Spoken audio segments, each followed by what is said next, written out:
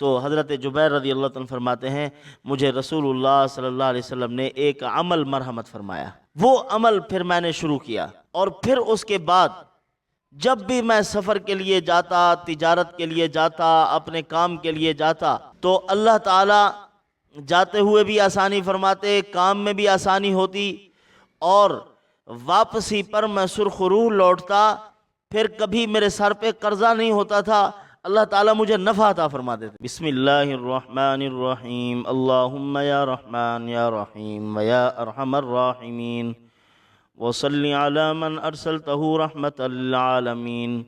انتہائی واجب الاحترام معزز خواتین و حضرات، آج ہم آپ کی خدمت میں ایک اسم اعظم بیان کر رہے ہیں۔ اکابرین سے جو منقول ہیں وہ اسماء اعظم بھی بیان کریں گے، اور آپ کی خدمت میں کاروباری رکاوٹوں اور بندشوں کا ایک شافی اور تسلی بخش حل آج پیش کرتے ہیں۔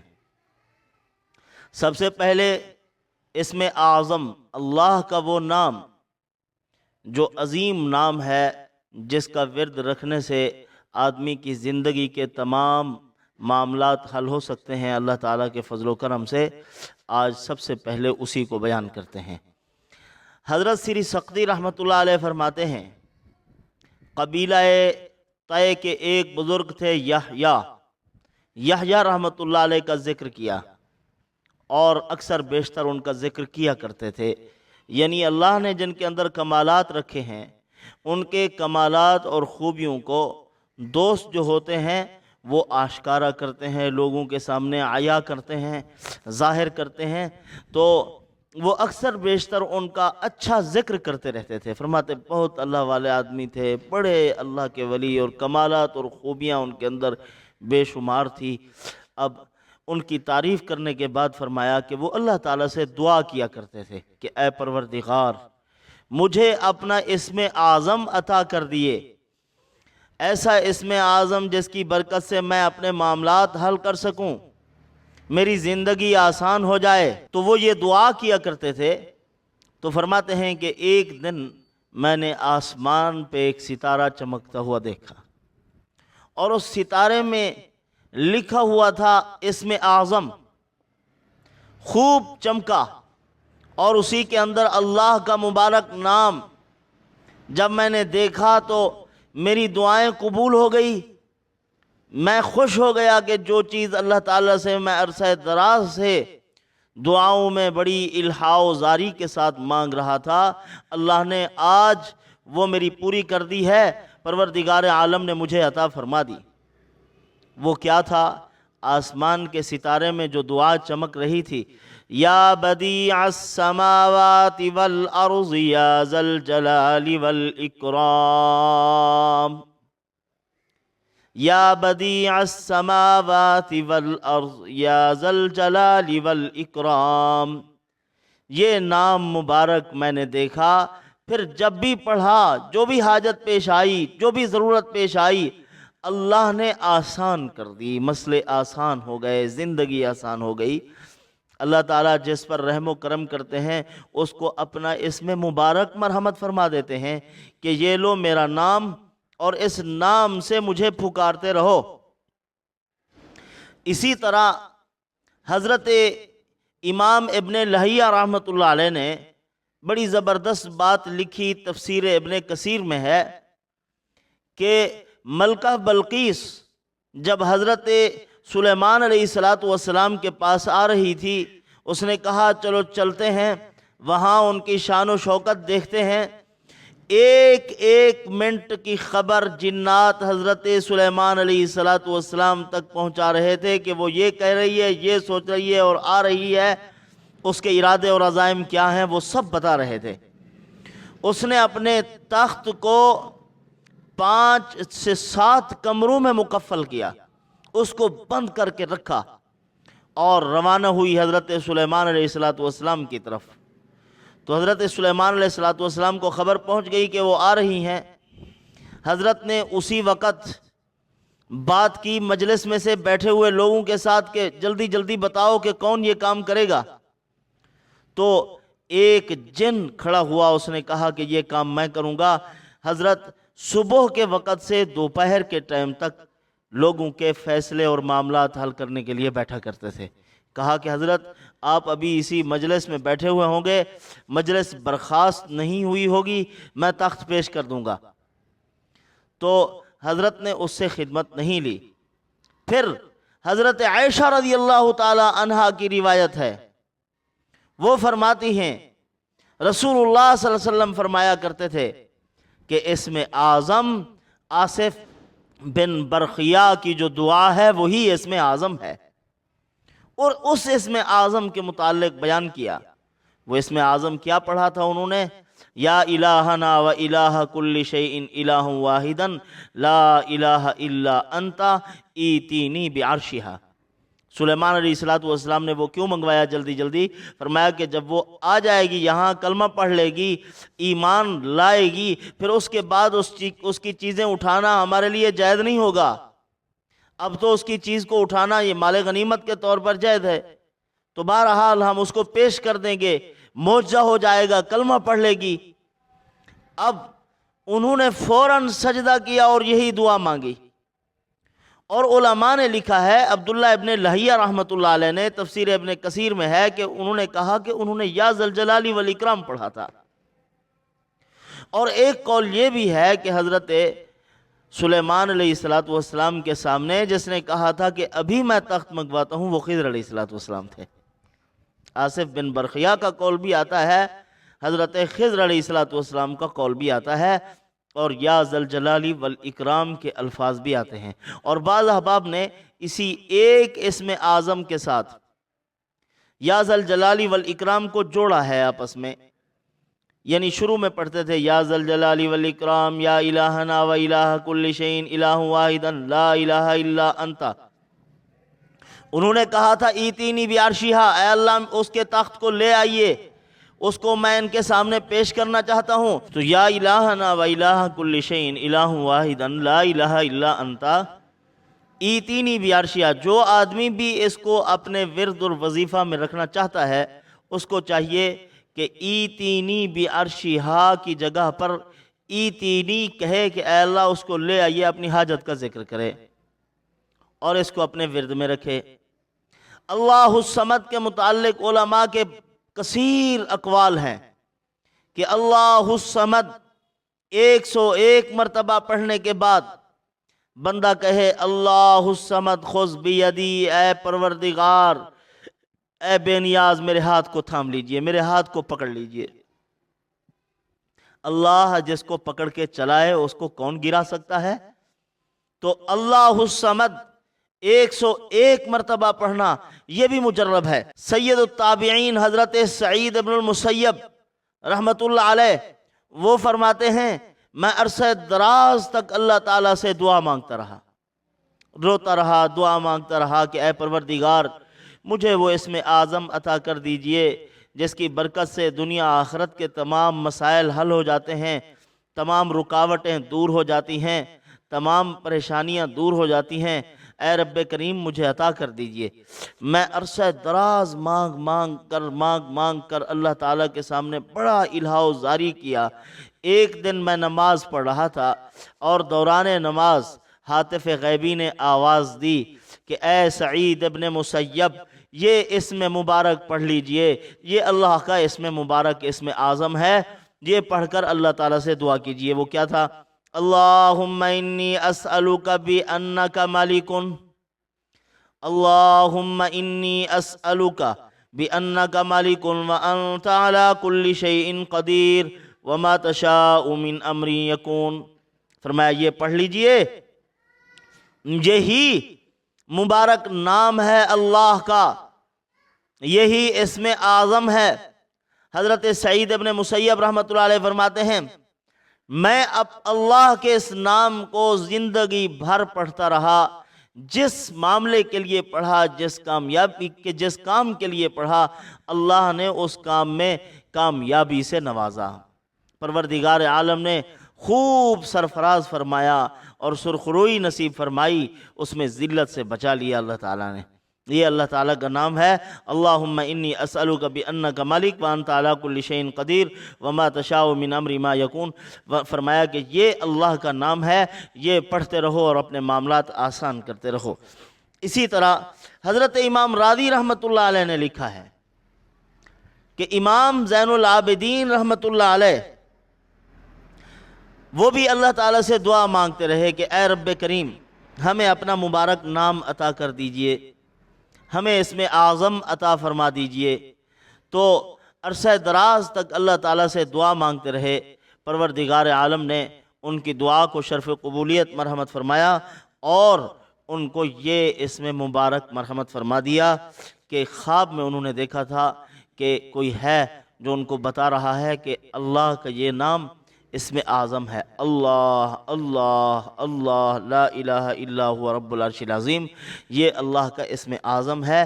اس کی برکت سے آپ کے دنیا آخرت کے تمام مسائل اور معاملات حل ہو سکتے ہیں، آپ اس کو پڑھ لیجئے۔ تو یہ اللہ تعالیٰ کے مبارک نام ہیں جن کو اسم اعظم کا درجہ دیا گیا۔ اسی طرح حضرت جبیر رضی اللہ تعالیٰ عنہ فرماتے ہیں کہ میں زندگی بھر پریشان رہا، جو میں نے کہا تھا کہ میں آپ کی خدمت میں 2 ایک واقعات 3 ایک باتیں، کاروباری بندشیں، رکاوٹیں، ان کے لیے آپ کی خدمت میں پیش کرنے لگا ہوں، اس کے لیے میں پیش کر رہا ہوں ابھی آپ کے سامنے۔ حضرت جبیر رضی اللہ تعالیٰ عنہ فرماتے ہیں میں نے جب بھی سفر کیا کہیں توشہ کم ہو گیا، زاد راہ کم ہو گیا، پیسے کم ہو گئے، کہیں کوئی عجیب سخت قسم کے مسائل درپیش آئے تو بڑی رکاوٹیں ہوتی تھی، اور اکثر بیشتر تو یوں ہوتا تھا میں تجارت کے لیے اور اپنے معاملات کے لیے بھی جاتا تو جاتے ہوئے میں بہت سا سامان اٹھاتا اور پیسے اور زاد راہ، لیکن جب وہاں پہنچتا ایسے نقصان و خسران میں مبتلا ہوتا، واپس لوٹتا تو میرے سر پر قرض ہوتا تھا۔ بہت پریشان رہتا تھا میں کہ جیبیں بھی خالی ہو گئی ہیں اور قرضہ بھی سر پہ چڑھ گیا ہے، بجائے اس کے کہ مجھے کوئی نفع حاصل ہوتا وہ نفع بھی میسر نہیں آیا۔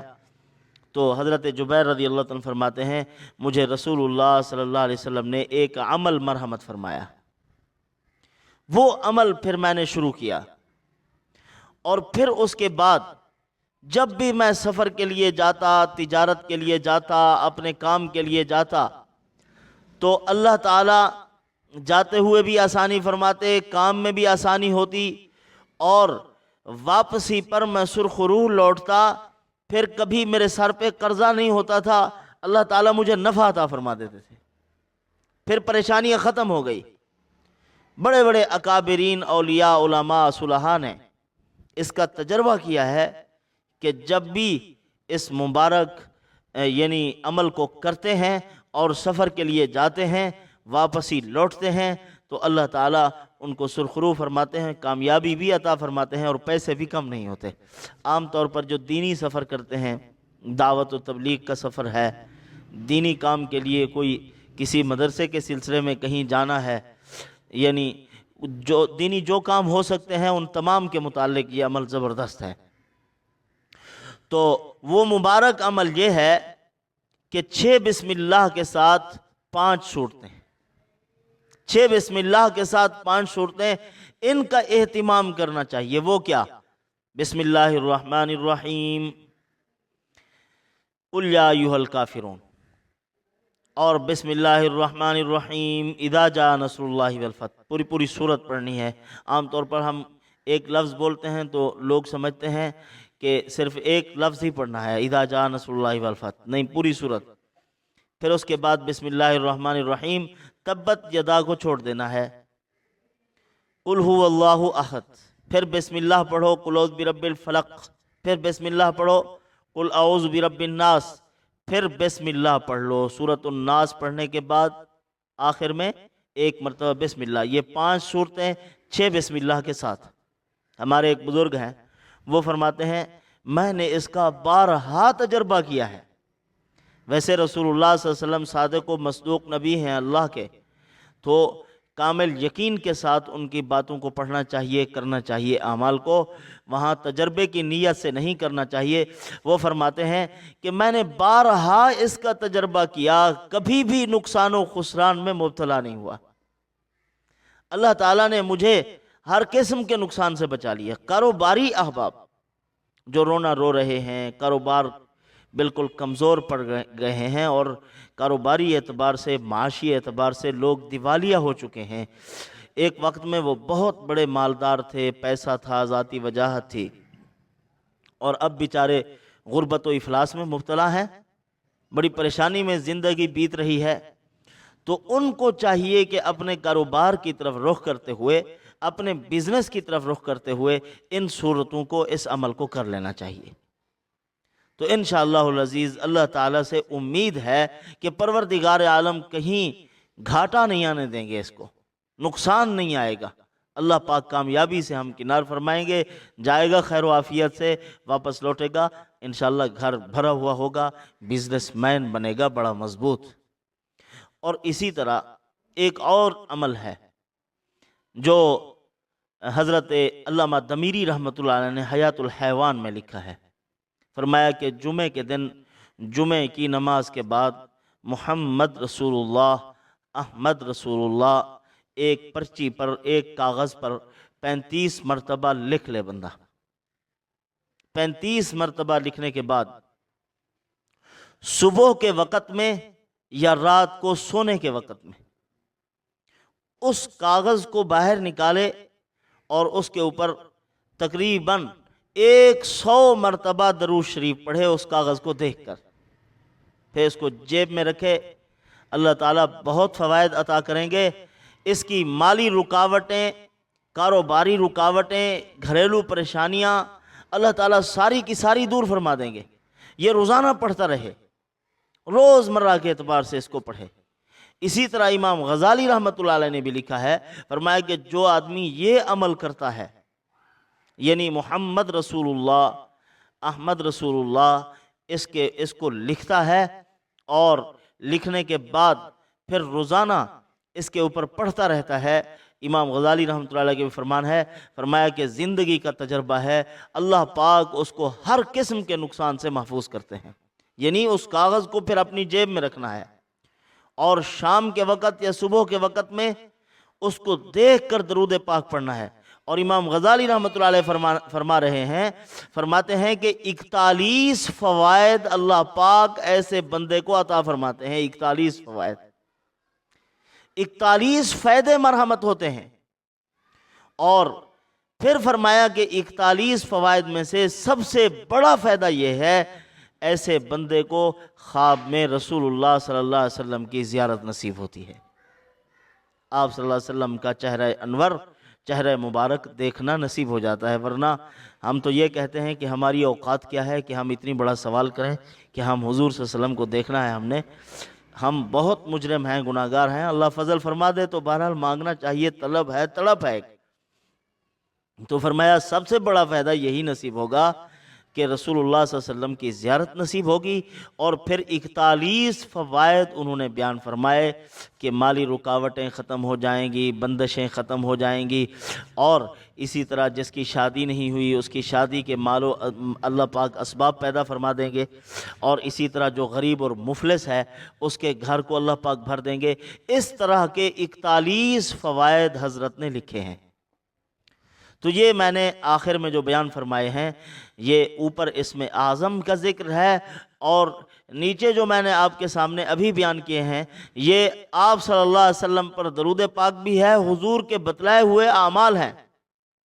وہ لوگ جو بالکل کمزور اور عاجز آ چکے ہیں، جن کی کسی کے عہدے ختم ہو گئے، کسی کی ملازمتیں ختم ہو گئی، جاب نہیں ہے، بیچارے پریشانی میں مبتلا ہیں، اور اسی طرح جن کے کاروبار ٹوٹ چکے ہیں، بالکل کمر سیدھی نہیں ہو رہی، ان کے لیے یہ مجرب المجرب ہے۔ آپ ابھی سے شروع کر لیجئے اور درود پاک کا خصوصیت کے ساتھ اہتمام کریں۔ خود رسول اللہ صلی اللہ علیہ وسلم نے فرمایا کہ تاجر آدمی کو روزانہ کثرت سے صدقہ کرنا چاہیے، کیونکہ تجارت کے اندر کمی بیشی ضرور ہو جاتی ہے۔ سچا تاجر بھی ہو، جھوٹ نہیں بولتا، کچھ نہ کچھ نقص اور کمزوری آ جاتی ہے، فرمایا کہ اس کو چاہیے کہ وہ صدقہ اور خیرات کرے تاکہ اللہ کی رحمت ہو، اور درود پاک کے ذریعے سے بھی اللہ کی رحمت نصیب ہوتی ہے۔ آج ہی سے کریں گے انشاءاللہ، اللہ پاک اس کے بے شمار فوائد عطا فرمائیں گے۔ وما علینا الا البلاغ۔